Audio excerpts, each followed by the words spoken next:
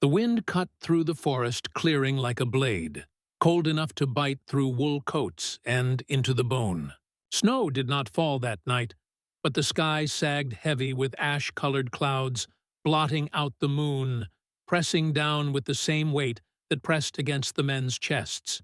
A row of prisoners stood in silence, shovels in their blistered hands, the ground before them already carved with dark, raw trenches.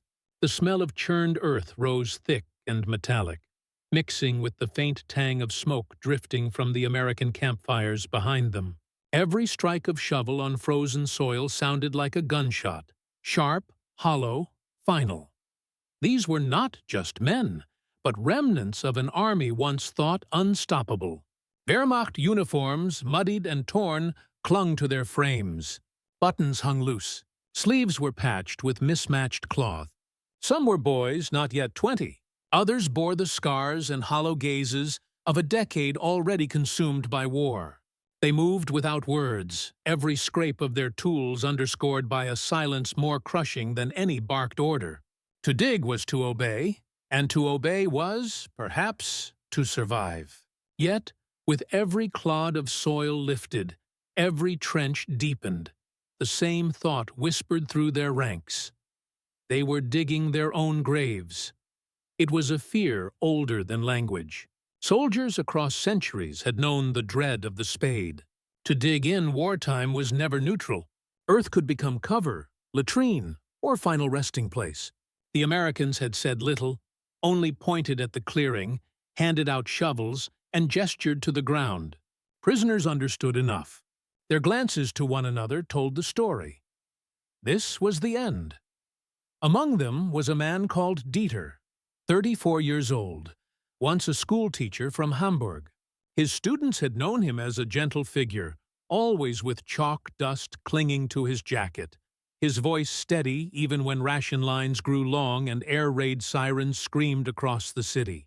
Now, his glasses were cracked, one lens missing, and the earth he shoveled blurred through the distortion. He pressed his lips together, focusing on the rhythm of the spade, as if precision could postpone the inevitable. Each scoop was an equation without an answer. Beside him, a younger prisoner, barely more than a boy, hair plastered to his forehead with sweat despite the chill, worked furiously, as though speed might spare him. He had heard too many rumors on the front. Prisoners executed after capture. Mass graves filled before dawn. His hands trembled on the shovel. Each time he struck the soil, he glanced at the guards, searching their faces for confirmation of his worst fear. The guards gave none. Their expressions were carved from stone, unreadable under the brim of their helmets. The Americans stood with rifles slung but ready, the glow of their cigarettes flickering in the darkness. They watched the prisoners dig, but did not taunt or threaten. They did not have to. Silence itself was the cruelest overseer. It stretched thin across the clearing until it seemed the whole forest leaned in to listen, the trees themselves waiting for the final order. Hours passed. The holes widened, deepened, becoming black mouths in the earth. The men's breath fogged in the air, their shoulders sagged, their hands blistered raw. With every layer peeled away, they descended further into dread. Some muttered prayers, barely audible. Others clenched their jaws, refusing to grant fear a voice. Dieter's shovel struck a stone, the sound echoing like a bell across the clearing. He paused, fingers aching, and wondered whether this was the last sound he would ever hear besides the rattle of gunfire. But no shots came. The guards shifted their weight, whispered among themselves, then fell silent again. The fire in the distance sputtered, a reminder of warmth none of the prisoners dared hope for. They continued, hour after hour, until the trenches stretched long and wide, dark scars cut into the land. In the stillness, the mind conjures images.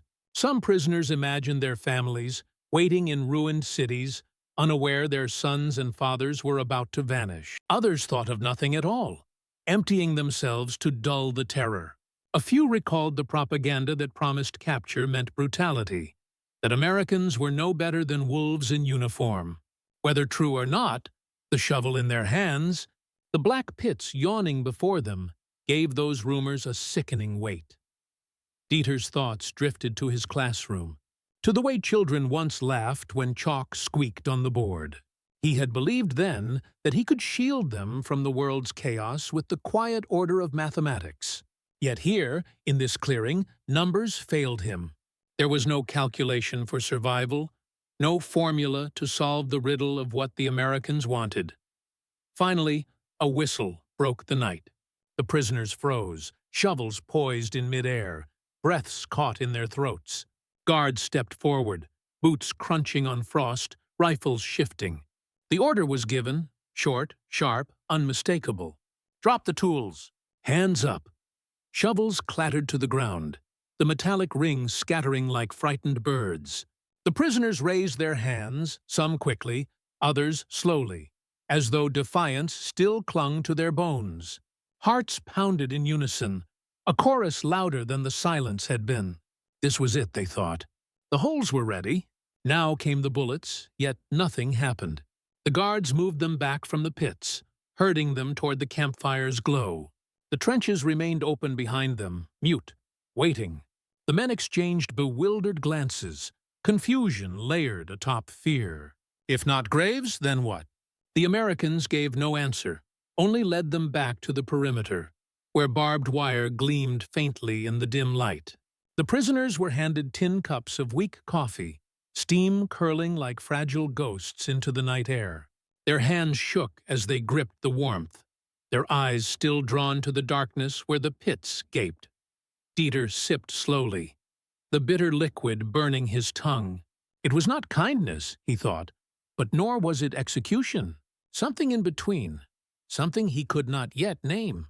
The boy beside him nearly spilled his cup, teeth chattering from shock more than cold.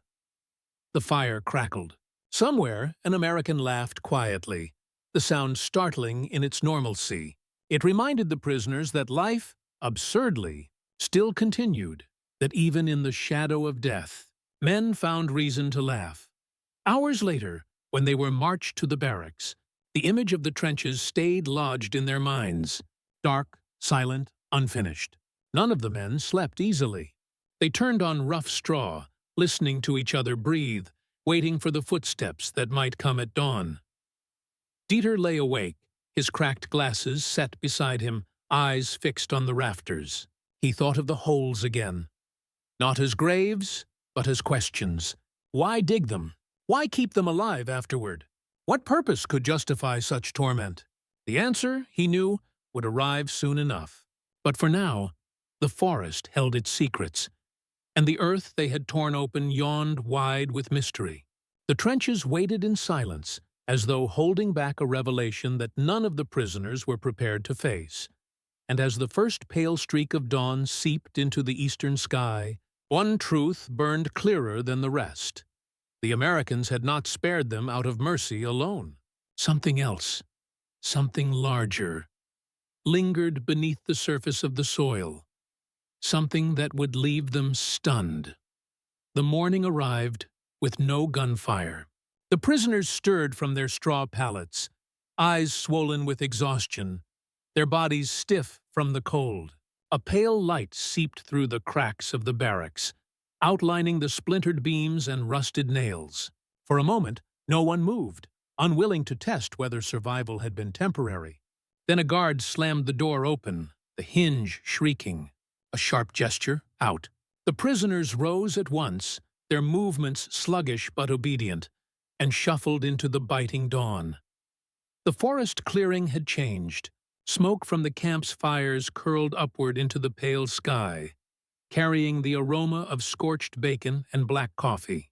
The trenches they had dug yawned behind them, black scars in the earth. Some prisoners dared a glance back, but the guards pushed them forward with curt shouts. The uncertainty remained heavier than chains. Dieter kept his head down as he walked, hands tucked into his sleeves to stave off the cold.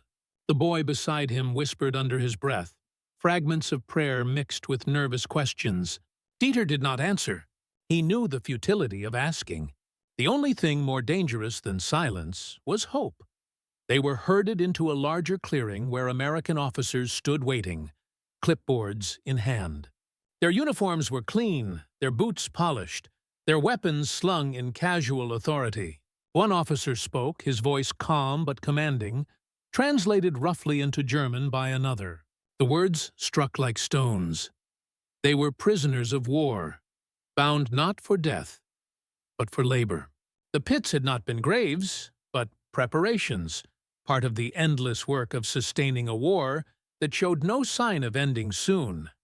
The reaction was not relief so much as confusion. Some stared in disbelief. Others clenched their fists, anger burning beneath the exhaustion. Surrender had stripped them of rifles and command, but the burden did not end there. They would carry wood, haul water, dig trenches, build the very structures that sustained their captors. The realization settled slowly.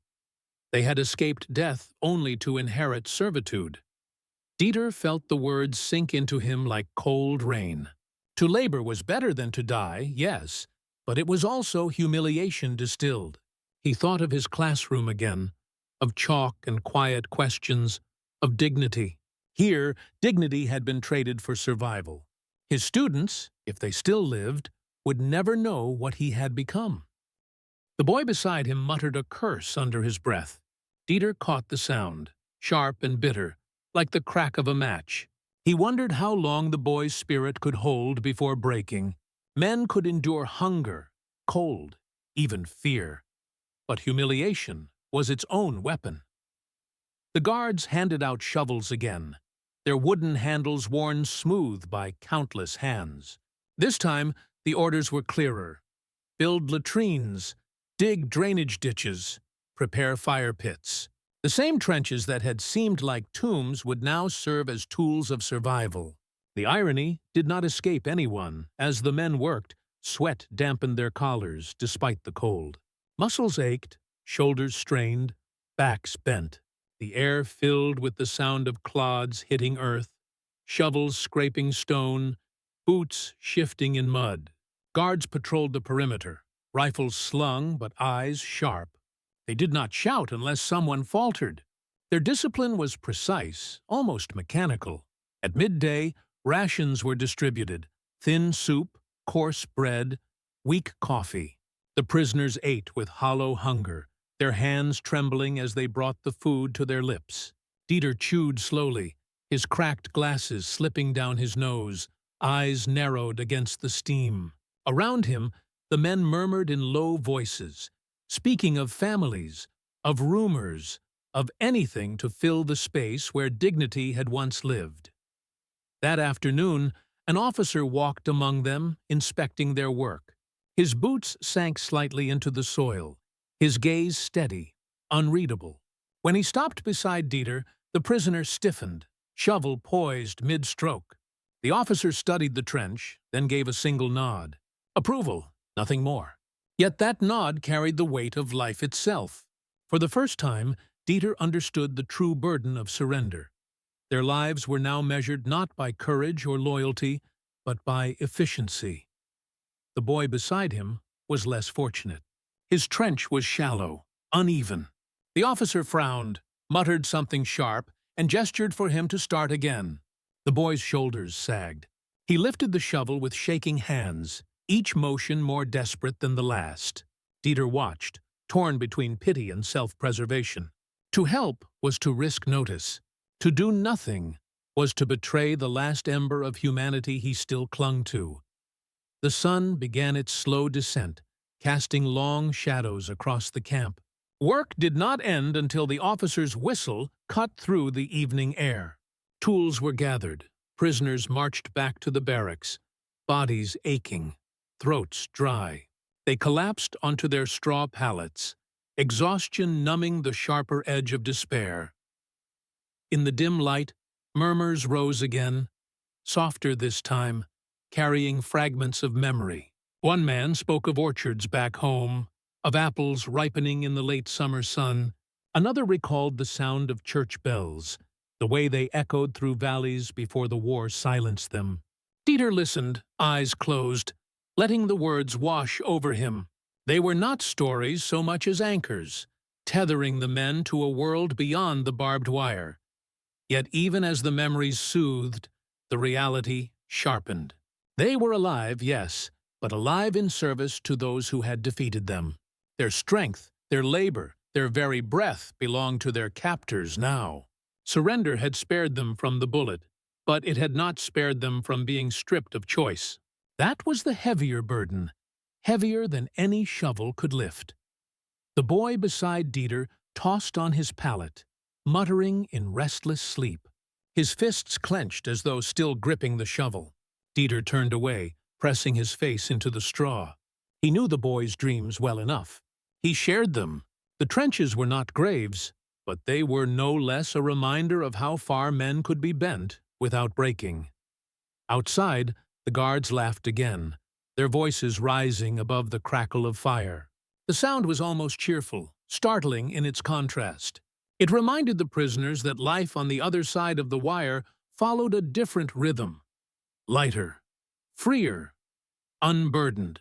It was not cruelty, but it was a kind of mockery all the same. The night deepened. Frost crept along the edges of the barracks, coating the beams with pale crystals. Dieter lay awake, listening to the breaths of the men around him. He thought of the officer's nod, the measure of approval that had spared him correction. He thought of the boy's trembling hands, of the weight of silence, of the trenches waiting beyond the firelight. Sleep came late, broken and shallow. When dawn returned, the routine began again. Shouted orders, cold air, shovels pressed into hands. The cycle was relentless, and yet each day survived was proof that death had been postponed. The burden of surrender was heavy, but it was still lighter than the grave. By the end of the week, the trenches had transformed the clearing. Latrines lined one edge, drainage ditches cut neat channels through the mud, and fire pits glowed with embers. The prisoners had built the framework of a camp that would hold them indefinitely. Their labor had become both punishment and salvation. Dieter paused one evening, wiping sweat from his brow, his cracked glasses fogged. He stared at the work they had done, the order carved into the wilderness. It struck him then, the Americans had not spared them by accident. Every shovel full of soil was part of a larger design, one he could not yet see. The pits, the labor, the order.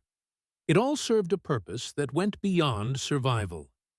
And as he turned back toward the barracks, a question tightened in his chest, heavier than hunger or exhaustion. If surrender had spared their bodies, what would it do to their souls? The answer, he feared, lay just beyond the trenches, waiting to reveal itself. The frost had thickened by the second week, crusting over the soil that the prisoners had already carved into ditches, latrines, and fire pits. Their muscles ached from repetition, but the fear that had once clenched their throats with every strike of the shovel had shifted into something more complex: weariness, humiliation, and a gnawing curiosity. The trenches had not swallowed them as graves.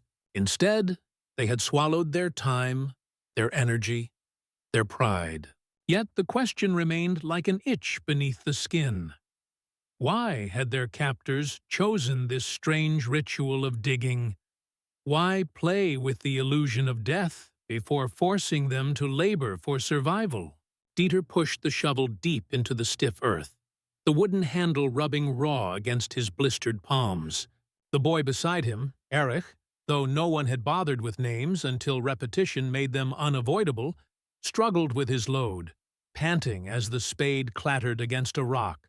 Erich was fragile in build, with sharp cheekbones and eyes that seemed always on the verge of panic.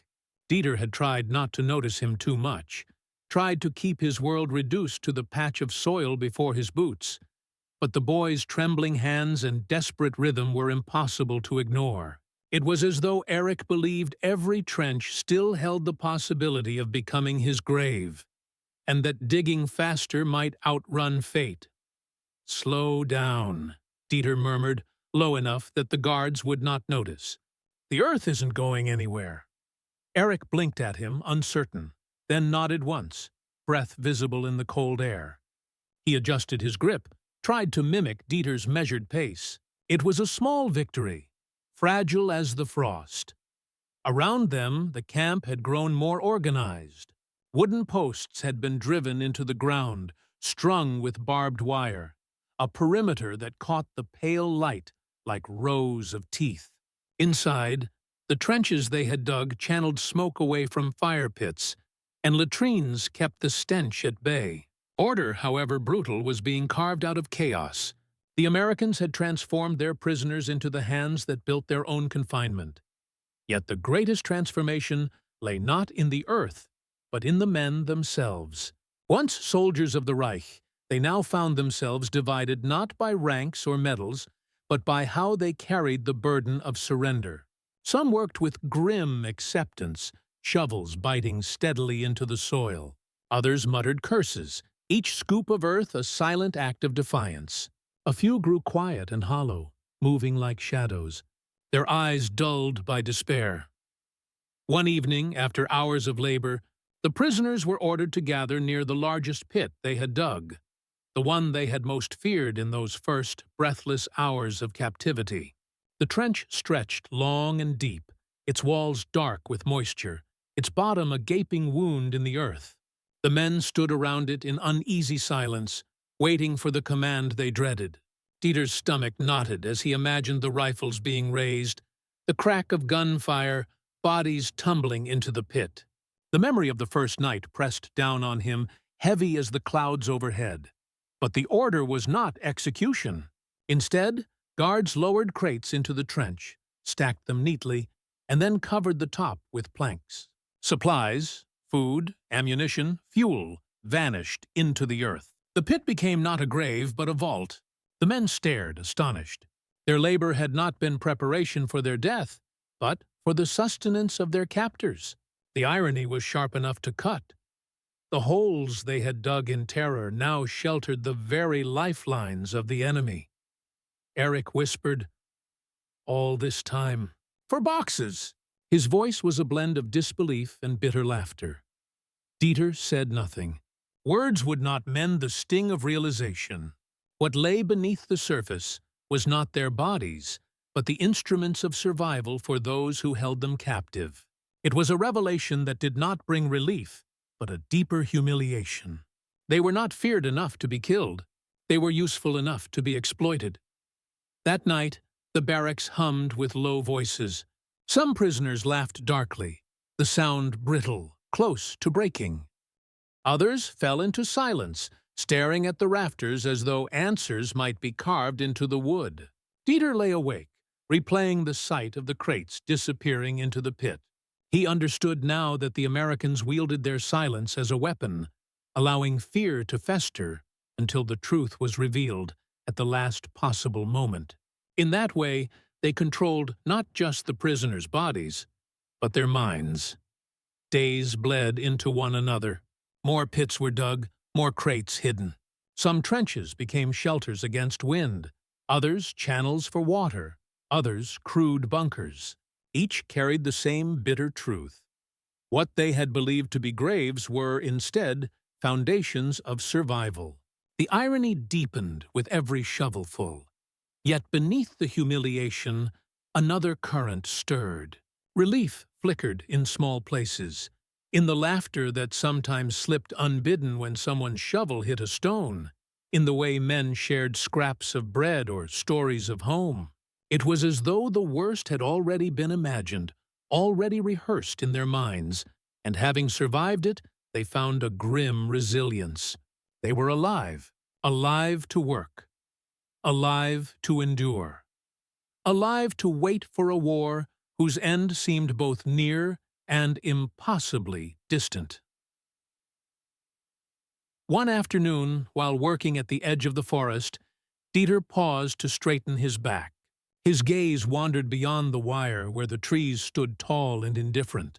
A shaft of light broke through the clouds, illuminating the frost that clung to the branches. For the first time since capture, he felt the faint stir of something other than fear, curiosity, even a fragile sense of wonder. He thought of his students again, of the way children's eyes widened at the simplest demonstrations, how even chalk lines on a board could become a doorway to something greater. He wondered if they too had learned to see beauty in fragments, in the spaces between despair. Eric broke his reverie with a whisper. "Do you think we'll ever leave this place?" Dieter looked at him, at the boy's hollow cheeks, his cracked lips. He did not answer immediately. Hope was dangerous, but silence was crueler. "Yes," he said at last, the word rough in his throat. "One day," Eric nodded, clinging to the promise, "even if it was made of smoke."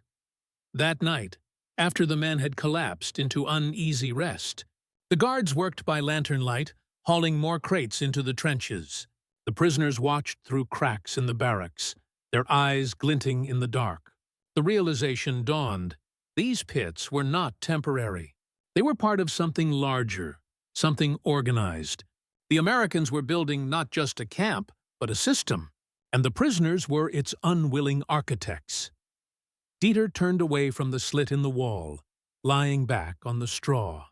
The frost pressed close, seeping through the thin walls, but his mind burned with the image of the crates, supplies buried deep, guarded by silence, built on fear. What lay beneath the soil was no longer mystery, but strategy, and that strategy bound them as tightly as any chain.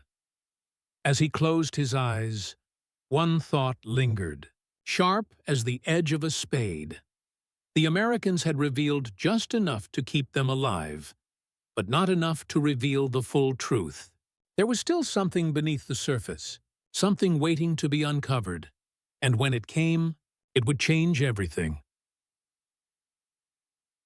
Snow began to fall at last, fine flakes drifting through the barbed wire and catching on the prisoners' torn coats. The forest clearing looked softer under its white mantle, but the beauty only sharpened the contrast between freedom beyond the trees and confinement within the wire. The men had grown leaner, their faces sharpened by hunger, but their eyes held something different now. Less of the raw terror that had defined those first days. More of a quiet endurance. The trenches were no longer graves in their imagination. They had become the architecture of survival. Dieter crouched near the fire pit, his cracked glasses fogged from the heat as he held out his hands. He had come to understand the rhythm of captivity, the way every day pressed down with the same weight, yet each contained small surprises. Tonight's surprise came in the form of steaming pots carried by American guards, who wordlessly ladled out thick stew into battered tin cups. The aroma, meat, onions, herbs, was almost unbearable in its richness. Eric, shivering beside him, stared as though the steam itself might feed him. The prisoners lined up, silent but eager, each man clutching his cup with both hands as though it were a holy relic. When Dieter tasted the stew, the heat spread through his chest like a forgotten memory of home. He closed his eyes briefly, picturing the kitchen he once knew, the clatter of pans, the laughter of children. For a moment, the barbed wire dissolved, and he was simply a man eating a meal, not a prisoner reduced to labor. What struck him most was not the food itself, but the fact that the guards had eaten after them, not before. It was a small detail, easily missed, yet powerful. It suggested a flicker of respect, a recognition of shared hunger. Eric noticed too, whispering, "Why would they do that?" Dieter shook his head. There was no answer he could give that satisfied the question, only the realization that survival was not only measured in calories, but in gestures. In the days that followed, more gestures appeared. The Americans distributed cigarettes, not as bribes, but as tokens of civility. They allowed the prisoners to carve crude instruments from scrap wood, and soon the thin strains of music drifted across the camp at night, mingling with the crackle of fires. A harmonica appeared from somewhere, its melancholy notes cutting through the cold like light through fog. For the first time since capture, laughter rang out among the prisoners, not mocking, but genuine, fragile and startling in its warmth. Dieter observed these changes with cautious wonder. War had taught him that mercy was rare, yet here it revealed itself in small, steady acts. The burden of surrender remained, but within it emerged glimpses of something unexpected: humanity. He realized then that their captors were not simply victors enforcing control, but men wrestling with their own exhaustion, their own longing for normalcy. Perhaps kindness was as much a survival tactic for them as obedience was for the prisoners. One afternoon, as snow piled thick along the ditches, an American officer approached the worksite. He watched the men shovel, his breath visible in the frozen air.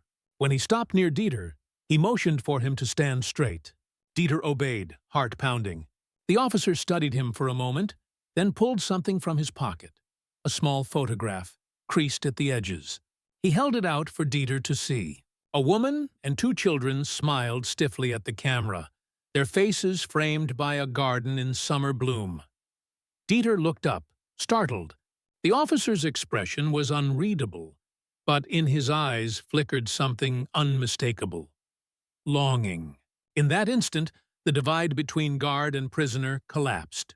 Both were fathers, teachers, men ripped from the ordinary lives that had once seemed eternal.